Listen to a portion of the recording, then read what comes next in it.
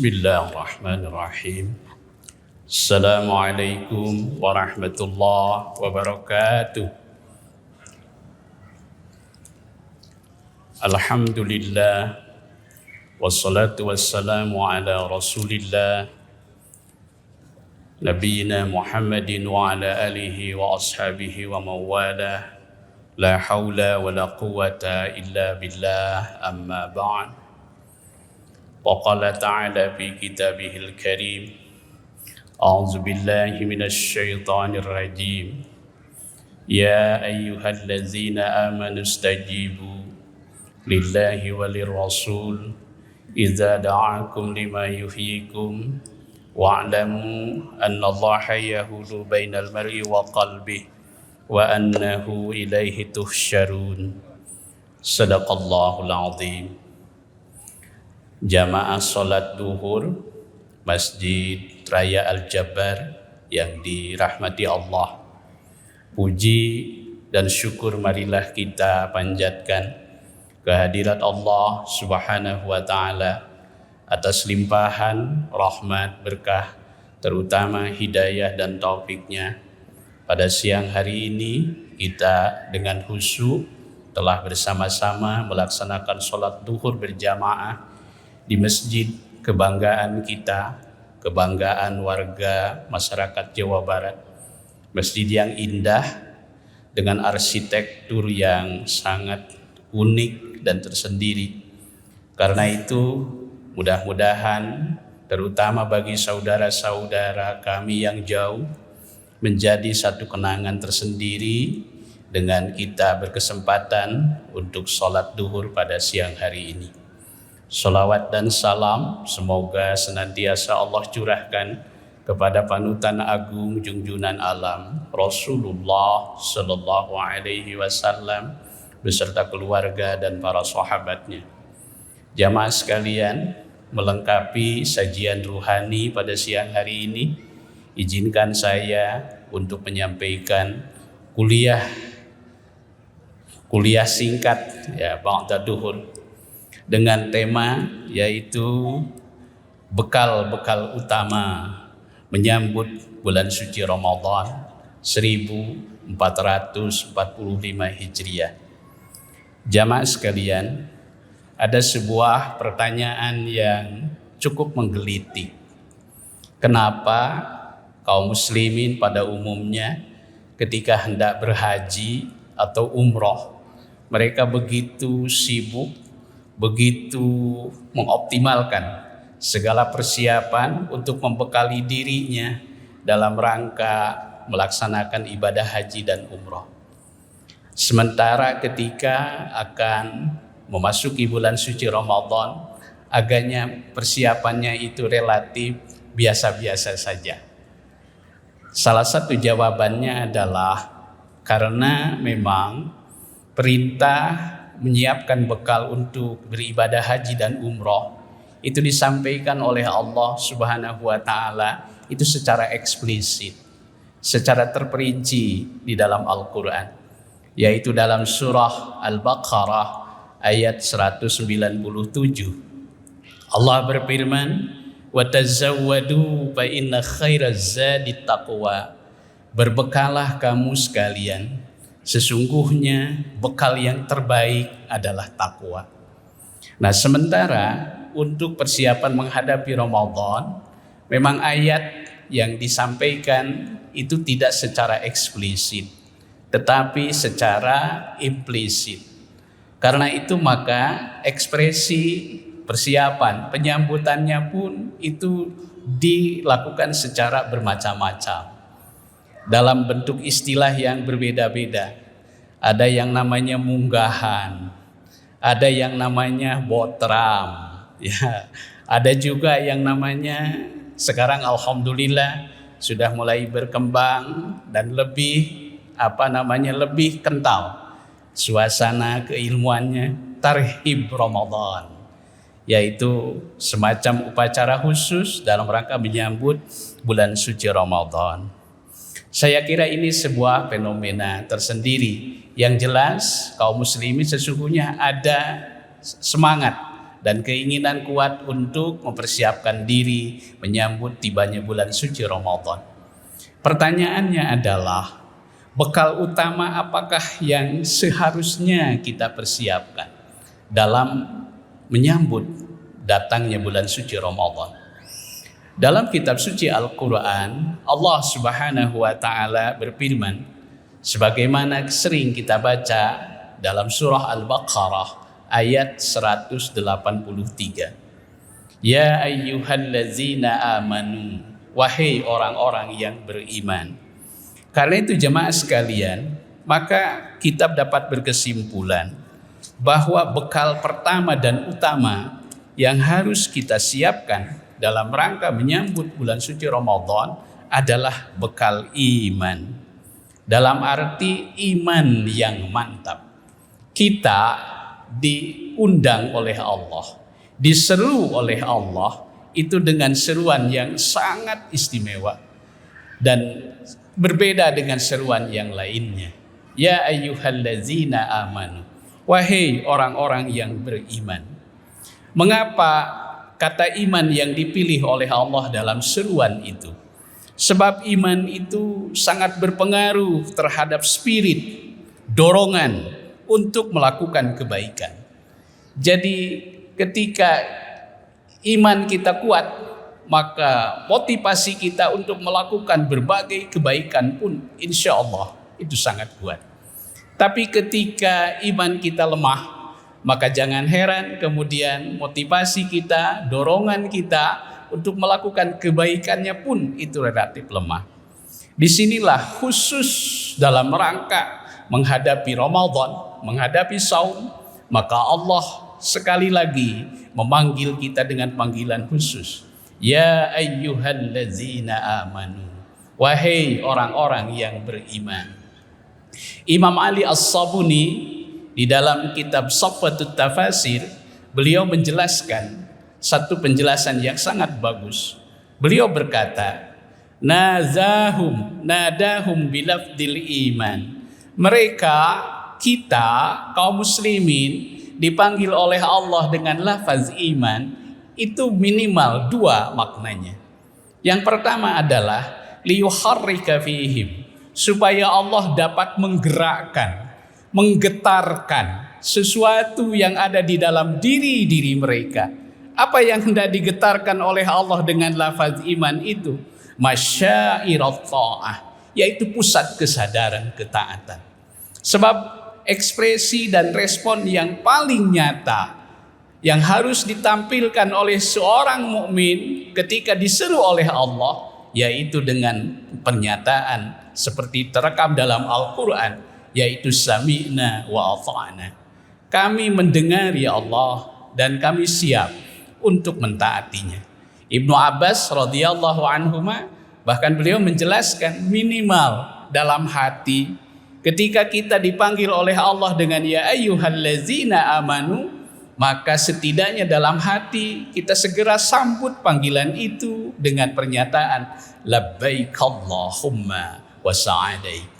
Kami siap memenuhi seruan-Mu wahai Allah, dan kami senang untuk mengikuti segala titah dan perintah-Mu.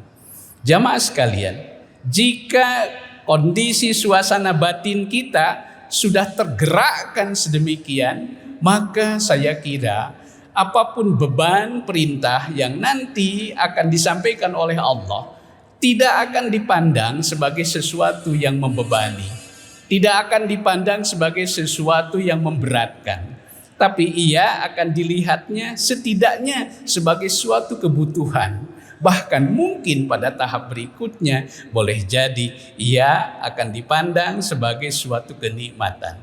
Kesiapan iman ini sangat menentukan. Karena itu ketika seseorang imannya tidak siap, boleh jadi ketika datang Ramadan itu mungkin mereka akan menanggapinya dengan keluhan-keluhan. Ini Ramadan sudah mau datang. Mana kalau bulan Ramadan cenderung cuaca panas. Belum lagi harga-harga cenderung naik. Wah, maka belum apa-apa orang tersebut sudah akan mengeluh, ya, sudah akan menyerah, tidak semangat. berbeda dengan orang yang memiliki kesiapan iman.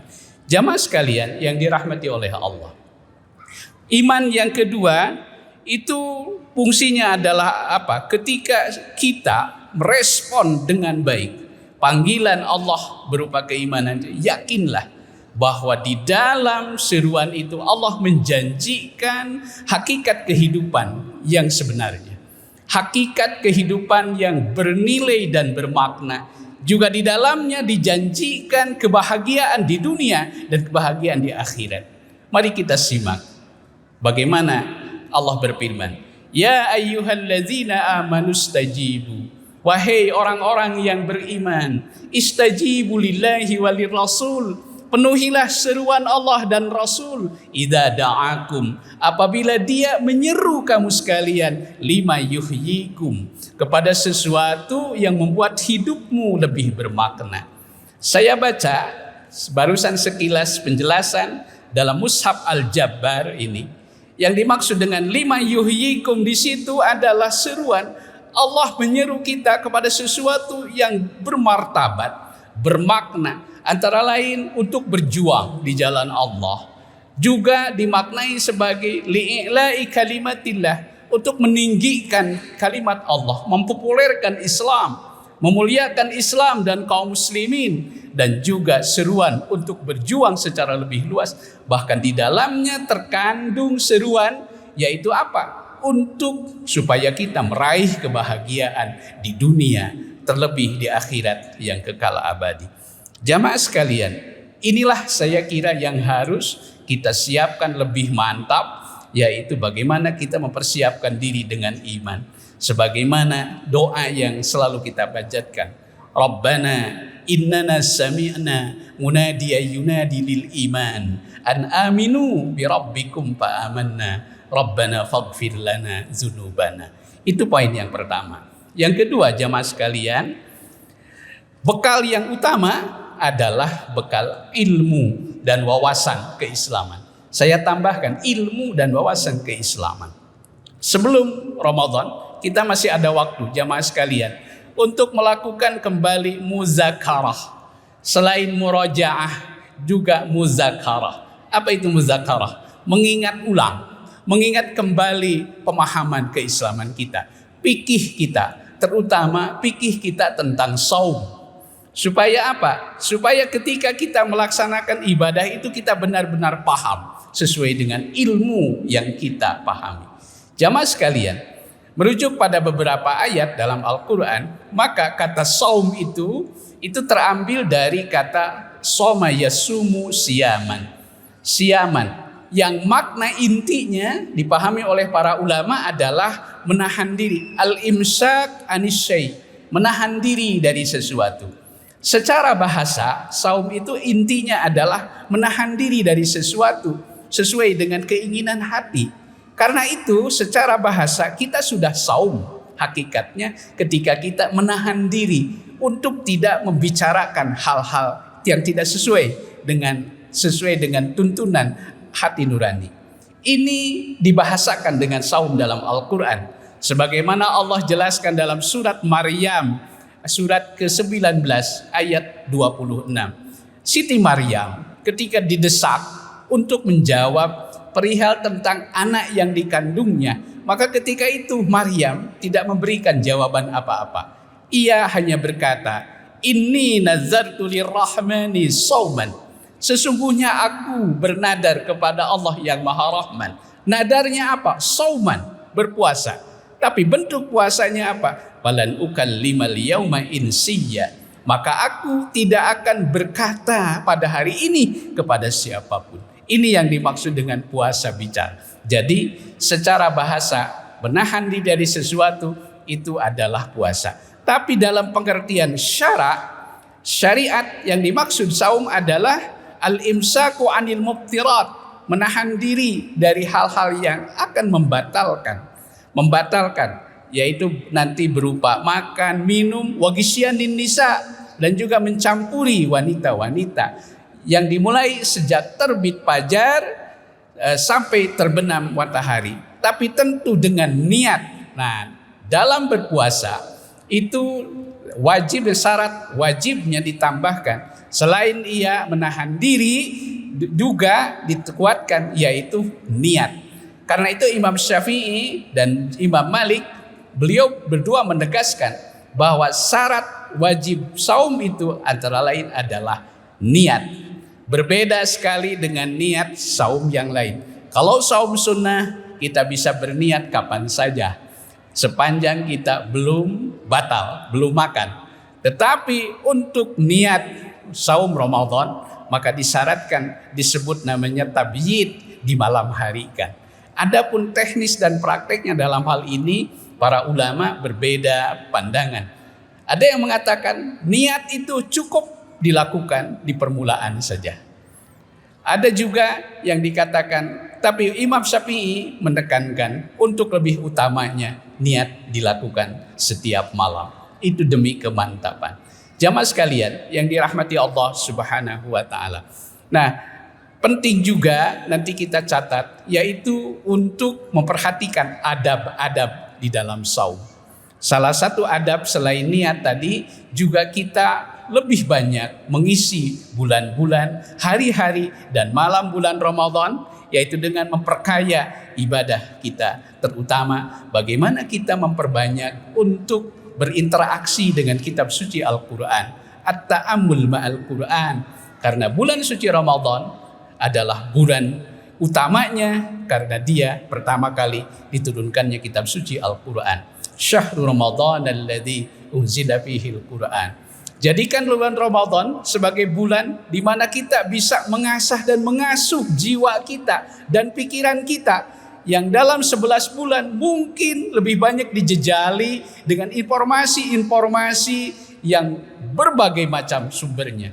Tapi pada bulan itu mari nutrisi kita, nutrisi ruhani kita perkaya, yaitu dengan apa? Dengan kita banyak berinteraksi dengan Al-Quran. Al-Quran kita baca, Al-Quran kita pahami, sehingga pada saatnya nanti mudah-mudahan walaupun tidak semuanya, ada sebahagian dari ayat-ayat dan surat Al-Quran menjadi the living of Quran, menjadi suatu pandangan hidup kita, menjadi sesuatu yang dapat memandu pikiran kita, jalan arah kita. Dan tentu saja selama bulan suci Ramadan, karena dia juga merupakan bulan doa, maka gunakan selama bulan itu untuk berdoa. Bukan hanya untuk kebaikan diri kita, keluarga kita, juga kita berdoa bersama-sama. Semoga Allah Subhanahu wa taala memberkahi bangsa dan negara yang kita cintai. Terlebih sesudah kita melalui masa-masa pemilu, jangan sampai perbedaan-perbedaan pilihan membuat keretakan dalam persaudaraan. Sebab apapun kesimpulannya jamaah sekalian, pilihan-pilihan yang telah kita lakukan dalam pandangan agama itu sifatnya adalah ijtihadiyah. Ijtihadiyah artinya itu pandangan-pandangan ijtihad, dan ijtihad itu sifatnya dhanni, dugaan-dugaan. Karena itu semajang didasarkan pada semangat ijtihad, insya Allah apapun pilihan kita semoga itu menjadi ladang pahala di sisi Allah Subhanahu wa taala. Nah, tetapi sesuatu yang qat'i, yang sesuatu yang sifatnya pasti, yaitu apa? Lebih qat'i, lebih pasti, yaitu menjaga persatuan dan persaudaraan. Itu dalilnya sangat pasti. Innamal mu'minuna ikhwatun. Sesungguhnya orang-orang mukmin itu apapun latar belakangnya, maka hakikatnya dia adalah saudara. Semoga kita semuanya dikaruniai oleh Allah Subhanahu wa taala. Apapun siapapun yang nanti terpilih menjadi pemimpin kita, semoga mereka menjadi pemimpin yang amanah, yang selain juga takut kepada Allah, juga mereka sayang kepada kita sekalian sebagai rakyat dan warga dari bangsa yang kita cintai ini. Kepada Allah kita semuanya bermohon, semoga kita semuanya diberikan umur dalam keadaan sehat walafiat, kita diberkahi oleh Allah, dan kita dapat menikmati suasana ibadah di bulan suci Ramadan yang akan datang. Marhaban ya Ramadan, selamat datang kepada semuanya. Semoga amal ibadah kita diterima Allah Subhanahu wa taala. Terima kasih dan mohon maaf atas kekurangan dan kehilapan. Nasrum minallah wa fathun qarib wa basyiril mu'minin. Assalamualaikum warahmatullahi wabarakatuh.